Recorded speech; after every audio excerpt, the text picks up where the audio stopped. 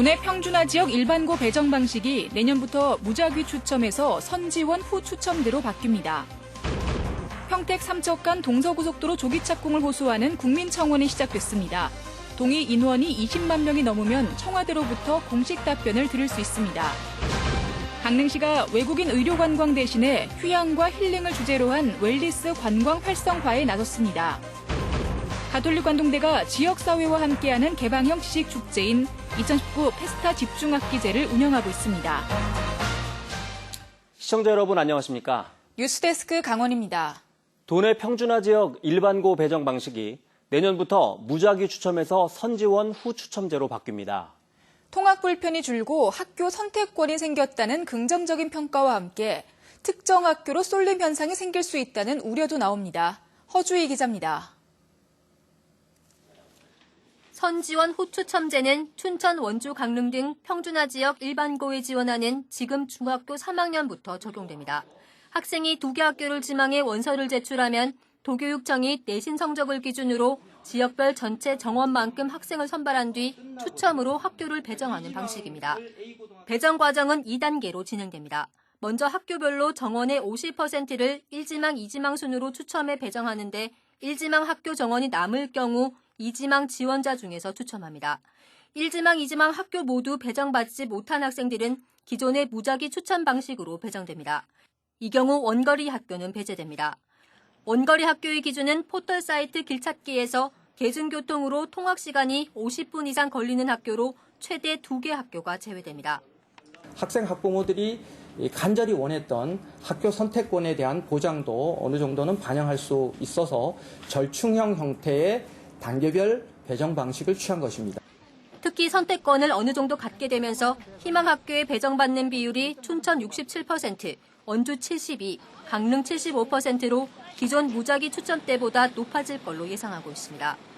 지금은 이제 무작위 추첨이 되다 보니까 본인이 가고자 하는 데뿐만이 아니라 거리상으로도 지금 불이익을 받고 있잖아요. 그게 해소될 수 있는 방향이 아닌가. 도교육청은 1지망, 2지망 지원 결과를 공개하지 않겠다고 밝혔지만 선호 학교가 존재하는 이상 선지원 후 추첨 방식이 평준화 근간을 흔들 수 있다는 우려도 있습니다. 사는 곳 주변에 학교로 가야 된다는 것에 대해서는 그것이 우선돼야 되는 거지 아무 곳에서나 일정 학교를 선지원한다는 것에 대해서는 부정적인 입장인 거죠. 강원도교육청은 앞으로 2, 3년간 추이를 살펴본 뒤 50%의 선지원 비율을 7, 80%까지 올릴 방침입니다. 강원도교육청은 전국에서 가장 늦게 선지원 후 추첨제를 도입했습니다. 이번 새로운 절충안이 학생과 학부모를 어느 정도 만족시킬 수 있을지 시험대에 올랐습니다. MBC 뉴스 허주입니다.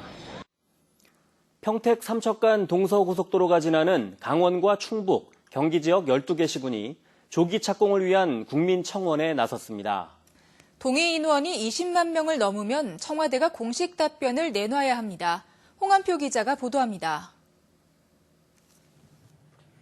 현재 반쪽짜리 고속도로인 평택 삼척 동서 육축 고속도로를 조기 건설하자는 국민청원이 시작됐습니다. 국토의 허리에 해당하는 평택에서 삼척을 잇는 고속도로를 조기 건설해 국토 균형 발전의 토대를 마련하자는 겁니다. 지난 2015년 이 구간을 지나는 12개 시군이 함께 만든 동서고속도로 추진협의회는 조기 건설을 위한 시민운동을 본격화하기로 했습니다.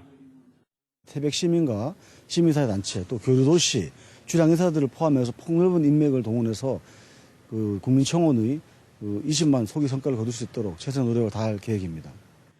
동서 육축 고속도로는 총 길이 250km 가운데 평택 제천 구간만 2015년 완공했고 제천, 영월, 정선, 삼척을 잇는 123.2km 구간은 아직 첫 삽도 뜨지 못했습니다. 이 가운데 제천, 단양, 영월 30.8km 구간이 올 들어 예비 타당성 조사에 포함됐습니다. 그러나 영월에서 정선, 태백, 삼척 구간은 도로 정비 기본 계획에 수록되어 있을 뿐 향후 언제 착공될지 기약조차 없습니다. 고속도로가 완공되면 동해 태백은 35분, 삼척 춘천은 30분, 충남북과 경기 지역도 최대 50분이 단축됩니다. 산업 물류 도로의 역할도 커서 생산 유발 효과는 9조 원대, 고용 유발 효과는 7만 5천 명에 이를 것으로 분석하고 있습니다. 동해안에 있는 어떤 그 원자재라든가 자원 뭐 이런 것들과 서해안의 산업에 대한 부분들이 결합이 되면서 강원도 지역 내의 물류 산업에 굉장히 큰 발전을 갖고 올 수 있을 거라고 기대하고 있습니다.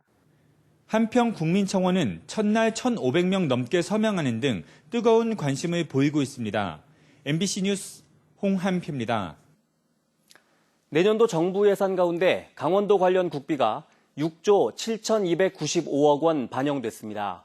강원도는 2020년도 정부 예산안 분석 결과 올해보다 10.5%인 6,417억 원 증가한 6조 7,295억 원을 확보했다고 밝혔습니다.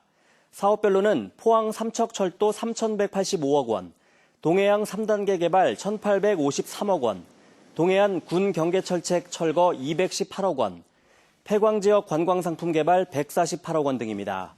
강원도는 내일 정부 예산안이 국회에 제출되면 국회를 상대로 미반영된 현안 사업 반영에 집중할 계획이라고 덧붙였습니다. 해양수산부의 내년도 어촌 뉴딜 공모사업에 도내에선 9곳이 신청할 예정입니다. 강원도 환동해 본부에 따르면 오는 9일과 10일인 서류 접수 기간엔 강릉 정동진항과 속초 장사항, 삼척 초곡항 등 9곳이 신청할 것으로 예상됩니다. 해수부는 전국적으로 70곳 이상을 선정해 오는 2022년까지 최대 150억 원의 사업비 가운데 국비 70%를 지원할 계획입니다. 한편 지난해엔 동해 어달항과 고성 반암항이 어촌 뉴딜 300 사업지로 선정됐었습니다. 강릉시가 의료 관광 대신 휴양과 힐링을 주제로 웰니스 관광을 활성화할 계획입니다. 전용 버스를 운행하면서 관광객도 조금씩 늘고 있는데 풀어야 할 과제들도 있습니다. 조규환 기자입니다. KTX 열차를 타고 강릉역에 도착한 관광객들이 인근에 대기하는 버스에 오릅니다. 관광객들은 경포 가시연 습지를 찾아 해설사의 설명을 들으며 생태 환경을 둘러봅니다. 다음으로 찾은 곳은 대관령 치유의 숲.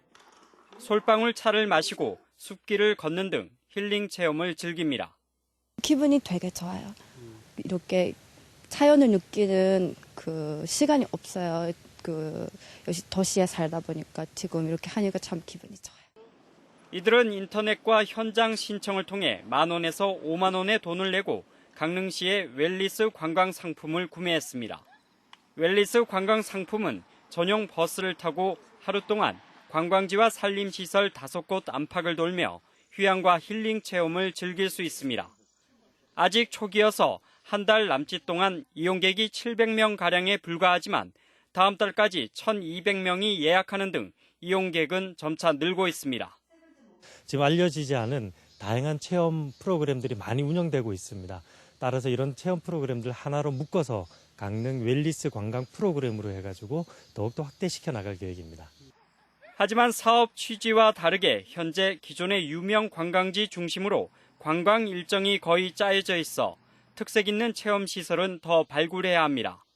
여기에다 웰니스 관광이 여전히 생소해 관광 홍보와 차별화된 마케팅 전략도 필요해 보입니다. MBC 뉴스 조기환입니다.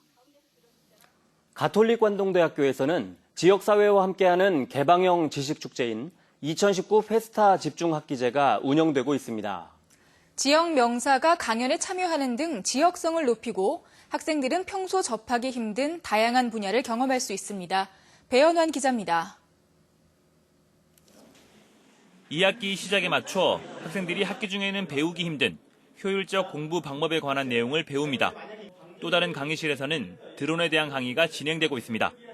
가톨릭 관동대학교가 오는 6일까지 마련한 지역사회와 함께하는 개방형 지식축제인 2019 페스타 집중학기제입니다. 페스타를 통해 평소에 듣지 못했던 걸 들을 수 있어 좋았고 이 강의를 들으면서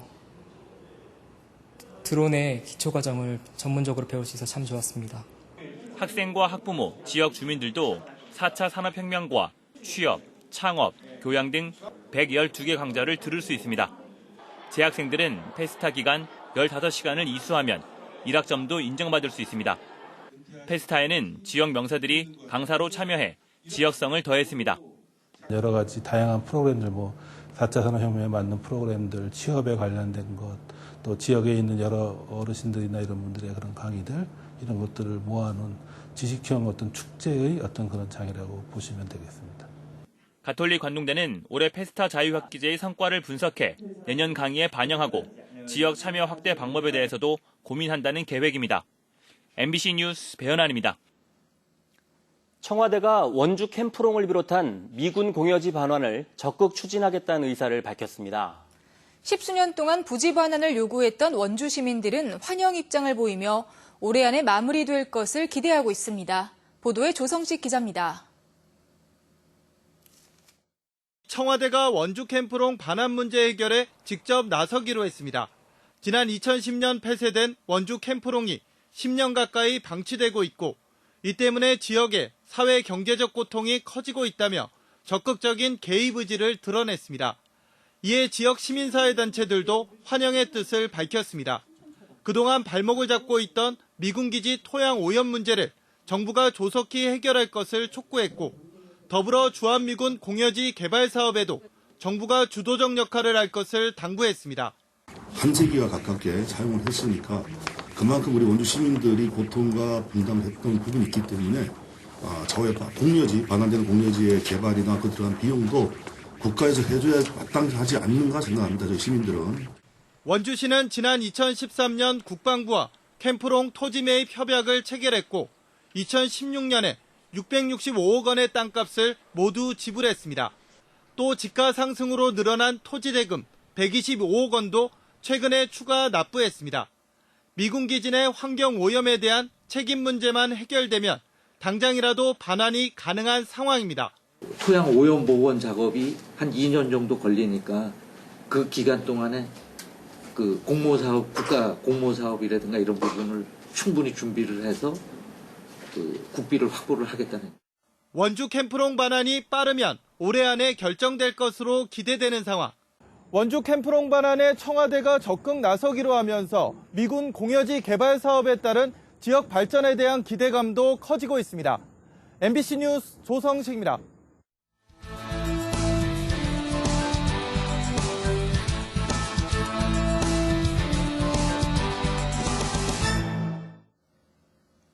강릉문화재단이 김동우 강릉국제영화제 조직위원장과 안성기 자문위원장을 위촉했습니다. 강릉문화재단은 오늘 강릉시청에서 김동우 전 부산국제영화제 명예이사장을 강릉국제영화제 조직위원장에 배우 안성기 씨를 자문위원장에 위촉했습니다. 제1회 강릉국제영화제는 오는 11월 8일부터 14일까지 강릉아트센터 등 강릉 지역에서 열립니다. 삼척 실화제 시험장이 미국 안전인증기관인 UL로부터 화재 안전인증시험소 지정을 받았습니다.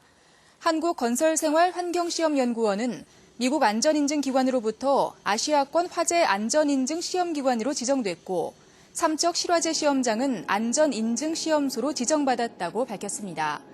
이에 따라 국내는 물론 아시아와 중동 지역 수출 기업들이 인증시험을 위해 삼척 시험소 이용이 가능해 비용과 시간을 줄일 수 있게 됐습니다. 태백 지역 특수학교에서 장애인 학생 3명을 수년간 성폭행한 40대 교사에게 징역 16년의 실형이 확정됐습니다. 대법원 일부는 성폭력 범죄 처벌 등에 관한 법률 위반 등의 혐의로 기소된 박모 씨에게 징역 16년을 선고한 원심을 확정했습니다. 박 씨는 지난 2014년부터 지난해 7월까지 지적장애가 있는 장애 학생 3명을 수차례 성폭행한 혐의로 기소됐습니다. 뉴스를 마칩니다. 고맙습니다.